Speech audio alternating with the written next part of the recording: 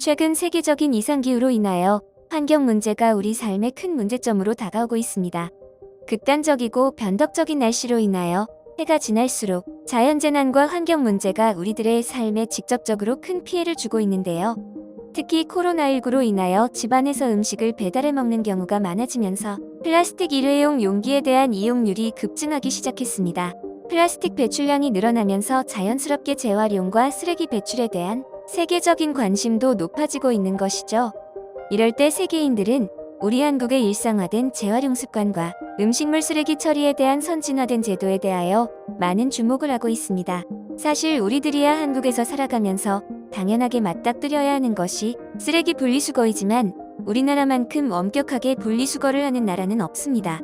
미국만 하더라도 재활용과 관련한 법이 없기 때문에 대부분의 쓰레기 처리를 매립의 방식으로 의존하고 있는데요. 지역별로 일원화된 법도 없고 무엇보다도 강제성이 없기에 도시마다 상이한 분리수거 정책으로 많은 사람들이 아예 분리수거를 하지 않고 쓰레기를 막무가내로 배출하고 있습니다. 강제력이 없기에 재활용은 시민들의 자발적 참여에만 의존을 해야 하는 상황입니다. 하지만 한국에서는 자원재활용법이 따로 존재하고 아파트 단지별로, 주택별로 지정된 장소가 있으며 동네별로도 배출하는 방식에 대한 암묵적인 룰이 있습니다. 우리 한국인들은 쓰레기 재활용이 일상화되어 있어 재활용 분리수거를 하지 않으면 생활 자체가 불가능할 정도인데요. 왜냐하면 재활용을 하지 않으면 수거업체에서 수거 자체를 안 하기 때문입니다. 처음 외국인들이 한국에 거주하면서 가장 불편해하는 것 중 하나가 쓰레기 분리수거를 하는 것이라고 합니다. 자국에서는 유리, 플라스틱 캔 등 구분하지 않고 그냥 마구 버렸겠지만 여기 한국에서는 종류별로 분리를 한 다음에 깨끗하게 씻어서 정해진 장소에 정해진 시간에 버려야 하는 것이죠. 이 번거롭기만 한 재활용 정책은 지금과 같이 환경 문제가 우리 삶이 깊숙이 들어와 영향을 미치고 있을 때 많은 각광을 받고 있습니다. 외국인들은 처음에는 어렵고 복잡해 보이지만 익숙해지면 매우 편리하고 무엇보다도 우리 지구를 위하여 내가 동참하는 느낌이 들어 적극적으로 참여한다고 합니다. 또 하나 외국인들은 쓰레기통이 없는 한국의 거리를 보면 놀란다고 합니다. 왜 쓰레기통이 없는 거야? 라고 짜증을 내다가도 쓰레기 없는 깨끗한 한국의 거리를 본다면 자국의 쓰레기통 주위 전체가 쓰레기장으로 변하는 것을 생각하며 그 이유를 알게 된다고 합니다. 거리에 쓰레기통이 있다면 사람들은 분리수거를 하지 않고 가정 내 쓰레기들을 마구 버리기 때문이죠. 쓰레기 중에서도 음식물 쓰레기는 특히나 심각한 환경 문제로 여겨지고 있습니다. 음식물 쓰레기에는 일반 쓰레기와는 달리 수분이 60% 이상이므로 부패되기 쉽고 잘 관리되지 않을 경우 악취와 침출수의 발생으로 토양 및 대기 오염은 물론 수질 오염까지 일으켜 우리들의 삶에 엄청난 악영향을 끼치기 때문입니다. 한국은 특히 밥과 국, 김치를 비롯한 다양한 식자재를 활용하여 한국만의 독특한 밑반찬 문화로 식사를 할 때 나오는 음식의 가짓수가 많아 음식물 쓰레기 발생에 매우 취약한데요. 그럼에도 불구하고 한국의 음식물 쓰레기 재사용률은 세계 최고 수준이라고 합니다. 한국에서는 2005년 이후 음식물 쓰레기 매립이 금지된 이후 음식물 쓰레기를 다양하게 활용하기 위한 방안들이 연구가 되었는데요. 그 중에서 가장 많은 재활용 비중을 차지하는 것은 음식물 쓰레기를 퇴비화시키는 것입니다. 음식물 쓰레기를 수거하여 미생물을 이용해 발효 과정을 거쳐 퇴비를 만들고 있습니다. 만들어진 퇴비는 농가로 무료로 배포가 되고 있고요. 사람들이 생각하는 선입견과는 다르게 음식물 쓰레기 퇴비의 품질은 매우 우수하다고 합니다. 외국에서는 그저 매립되어 골칫거리가 되는 음식물 쓰레기가 우리 한국에서는 하나의 자원으로 활용되는 것이죠. 퇴비뿐만 아니라 음식물 쓰레기에서 발생하는 바이오가스를 이용하여 에너지를 생산하기도 합니다.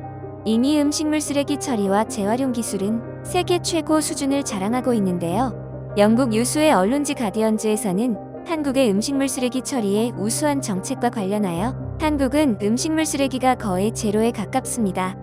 미국이 배울 수 있는 것은 다음과 같습니다. 라는 제목으로 특집 기사를 실었는데요.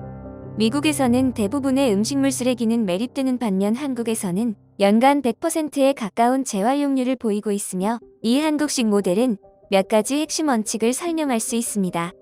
40년 전만 하더라도 한국은 너무 가난해서 실제로 버려지는 음식이 거의 없었습니다. 한국은 먹을 수 있는 거의 모든 것을 먹었습니다. 한국은 수십 년 동안 도시화가 진행되고 생산 능력이 늘어나면서 산업화된 식품 시스템과 새로운 규모의 폐기물이 발생하였습니다. 노란색의 음식물 쓰레기 봉투는 다른 수천 개의 다른 봉투들과 가공 공장으로 옮겨져 플라스틱이 제거되고 그 내용물이 바이오가스, 동물 사료 또는 비료로 재활용되어집니다. 다른 지자체에서는 아파트 단지에 음식물 쓰레기 자동 수거기를 도입하여 주민들이 봉투를 버리고 카드를 긁어 중량에 따라 요금을 기계에서 직접 지불할 수 있도록 했습니다. 1996년 한국은 음식물 쓰레기의 2.6%만 재활용했습니다. 하지만 현재 한국은 거의 100%를 재활용하고 있습니다. 사용 편의성과 접근성이 한국식 음식물 쓰레기 배출 모델의 성공에 결정적이었습니다. 미국에서도 버려진 음식물들을 더 많이 재활용해야 할 필요성이 커지고 있지만 현재 쓰레기 배출에 대한 인식 구조를 바꾸지 않은 한 갈 길이 멀어 보입니다. 한국에서는 시민들이 적극적으로 음식물 쓰레기를 퇴비화시키는 것에 동참하기에 자원 순환에 중요한 기여를 하고 있습니다. 외국인들은 한국의 음식물 쓰레기 분리배출 시스템과 관련하여 다양한 이점에 대하여 반응을 보였습니다. 재활용 가능한 음식물 쓰레기를 다른 고형의 쓰레기와 분리하여 배출하게 된다면 불필요한 소각을 막을 수 있습니다. 우리는 피자 한 판을 시키면 2조각만 먹고 나머지는 피자 박스째 일반 쓰레기로 배출을 한다. 한국의 재활용 방식으로 쓰레기의 재활용률을 늘리는데 큰 도움이 될 것, 뼈, 달걀 껍질, 티백 등 일반 쓰레기인지 음식물 쓰레기인지 헷갈리는 점이 많지만 음식물 쓰레기들이 환원되는 과정을 생각해 본다면 간단하게 분류할 수 있습니다.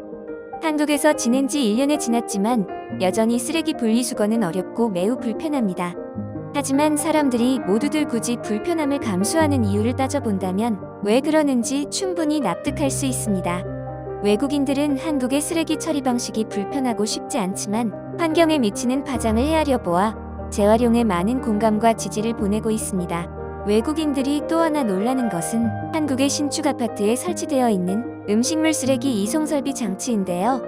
주방에서 곧바로 음식물 쓰레기를 투하하면 진공압으로 별도의 집화장으로 보낸 후 저장 후 매출합니다. 압력이 세기에 역류를 걱정하지 않아도 되고 버리는 양이 자동으로 계측되어 무게에 따라 관리비에 반영되는 방식으로 외국인들은 이 최첨단 음식물 쓰레기 배출 방식에 놀란다고 합니다. 그도 그럴 것이 분리수거 자체를 신기해하는데 이런 배출 방식이 평범해 보일 수는 없는 것이죠. 최근 환경이 미래라는 인식이 높아지면서 한국의 쓰레기 처리 기술에 대한 해외에서의 많은 관심이 모아지고 있습니다.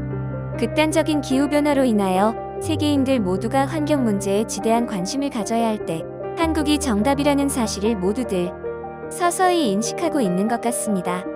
시사를 꼬집어보는 시사꼬집. 오늘 영상 여기까지입니다. 모두들 행복한 하루 되세요. 감사합니다.